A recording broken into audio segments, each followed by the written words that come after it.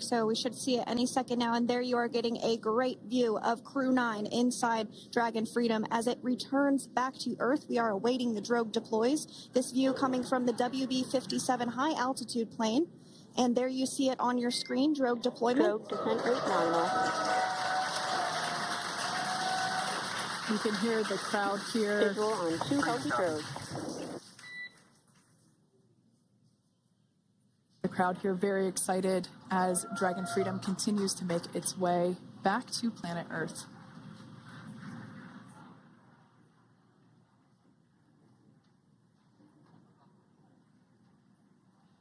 Next up, we'll stand by for the main deployment of the parachutes. The mains are quite a bit larger. You'll be able to notice the difference on your screen once they deploy, and they continue to ensure that the Dragon spacecraft slows down even further. As we mentioned, Freedom will be traveling 16 miles per hour when it splashes down off the coast of Tallahassee, Florida, here at 2:57 p.m. Pacific time this afternoon. And there we go. We have visual on 4 healthy mains. That view was from inside. Freedom copy. That view was from inside one of the buckets where the parachutes are located. So we see a great view there of the reefing on those parachutes. And as those main parachutes begin to inflate fully, 4 beautiful, healthy mains.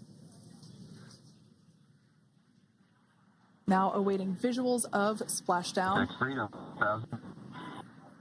We'll start to hear Commander Nick Hague. Copy 1000. As we heard right there, Commander Nick Hague will be calling out the altitude of the Dragon capsule from here on out. Landing in water is simpler and provides more margin against unlikely parachute issues. You can see those parachutes continuing to slow the Dragon capsule down. And if you're just joining us, you're looking at 800 meters. A live view of Crew-9 just minutes away from splashing down off the coast of Tallahassee, Florida. Splashdown 2 minutes from now at 2:57 p.m. Pacific. We do have 4 healthy mains really doing the job there. Just breathtaking views of a calm, glass-like ocean off the coast of Tallahassee, Florida. Crew-9 just minutes away from splashing down. This is really such an incredible shot.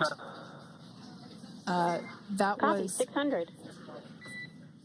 That was a live view from our recovery vessel, Megan, which is stationed a couple miles away from the splashdown site.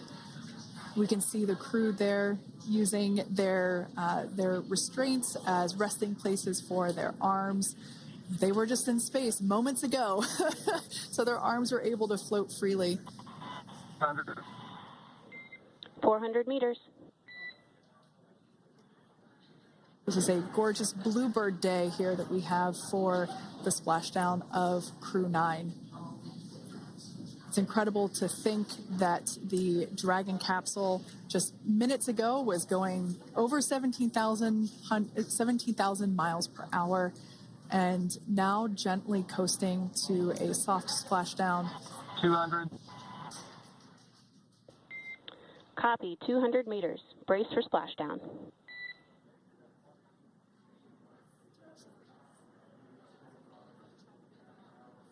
As you can see there on your screen, continuing to monitor progress of the Dragon spacecraft.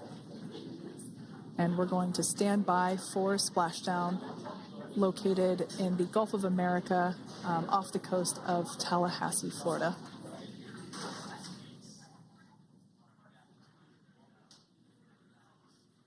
And splashdown, Crew-9 back on Earth.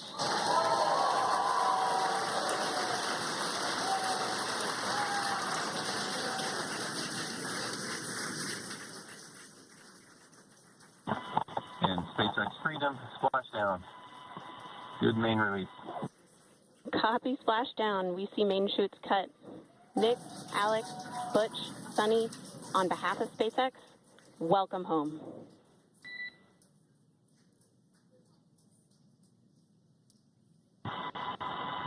It is an amazing, what a ride.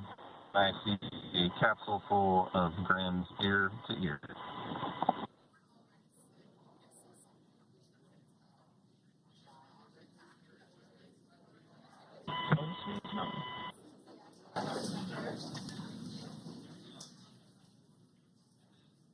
And as you can see on your screen, we have visual confirmation of splashdown.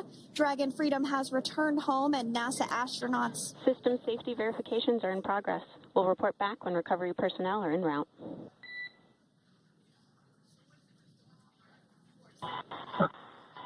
Understand. And, we're in section 2, 4.800 landing response. And looking for your words on this is necessary.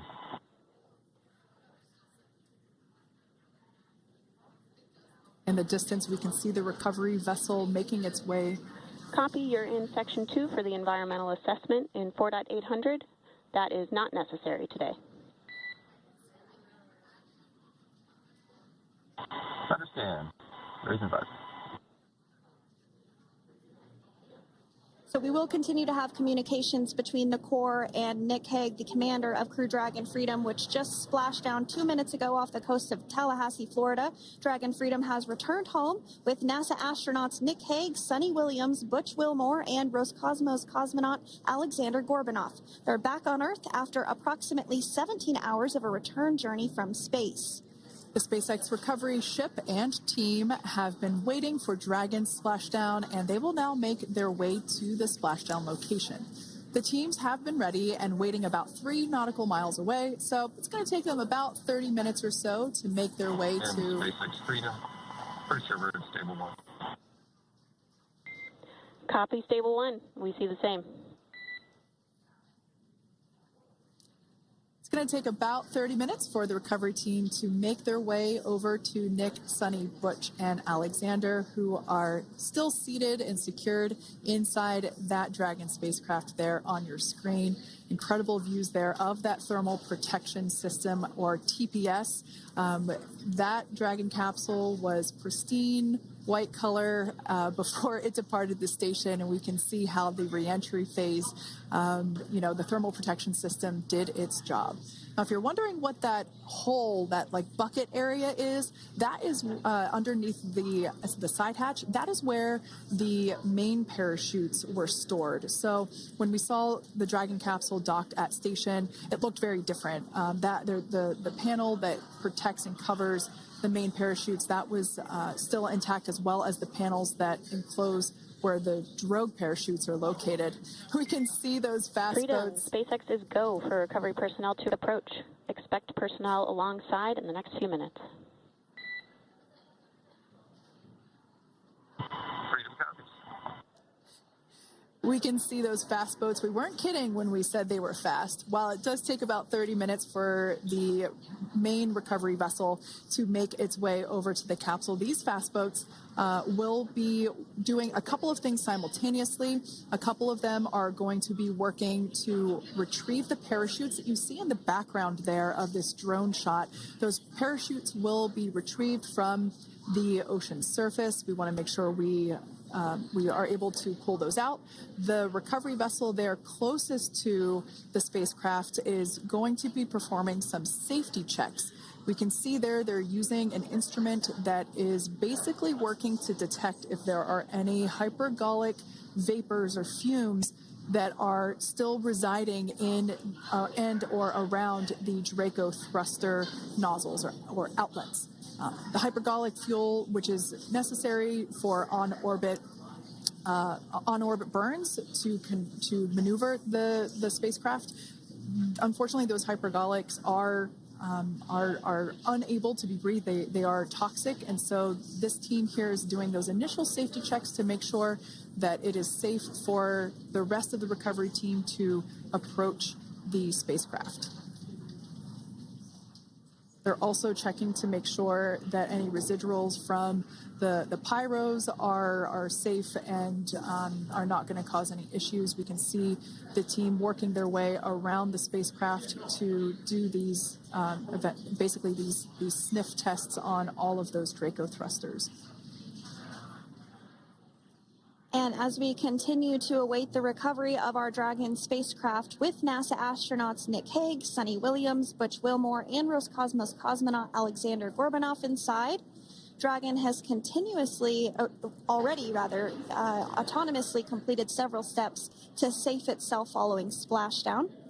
We are continuing to see Dragon in what is known as Stable 1 configuration. That's kind of the ideal configuration following splashdown. It's upright, and the Dragon capsule is in the right configuration for it to be hoisted into the recovery vessel Megan, which you do see a little ways off in your screen approaching.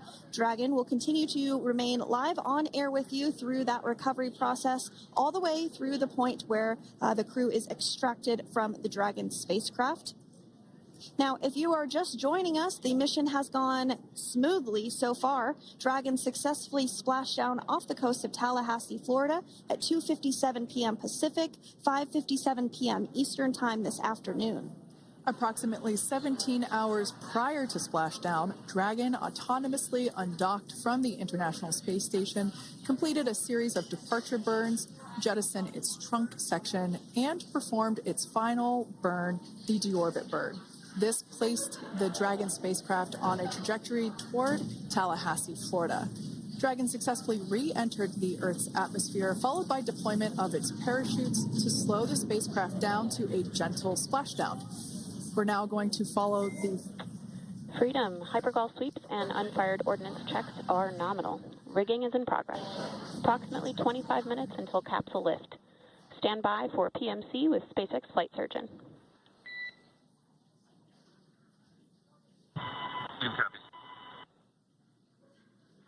And so what we did just hear there was communications that those hypergol checks were complete.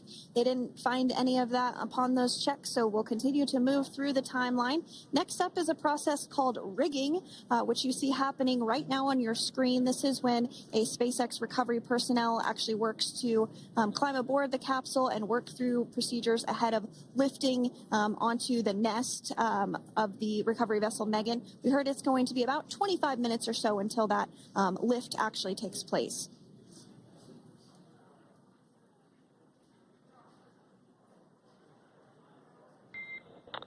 Okay, Freedom, the next call will be from the SpaceX flight surgeon on Dragon and Ground Private. Understand. Thank you. callouts there indicating that the crew will have the opportunity to do a quick check-in with the SpaceX flight surgeon. This is standard procedure for every Dragon spacecraft when it returns to Earth. It's just an initial check-in, make sure everybody is doing okay. They will also have another check-in with the flight surgeon once they are on board that recovery vessel that you see there in the background. We can now see that SpaceX recovery team member they're on top of the Dragon spacecraft. They are going to be working to install plugs in the Draco thrusters to ensure that none of those, and to ensure that no more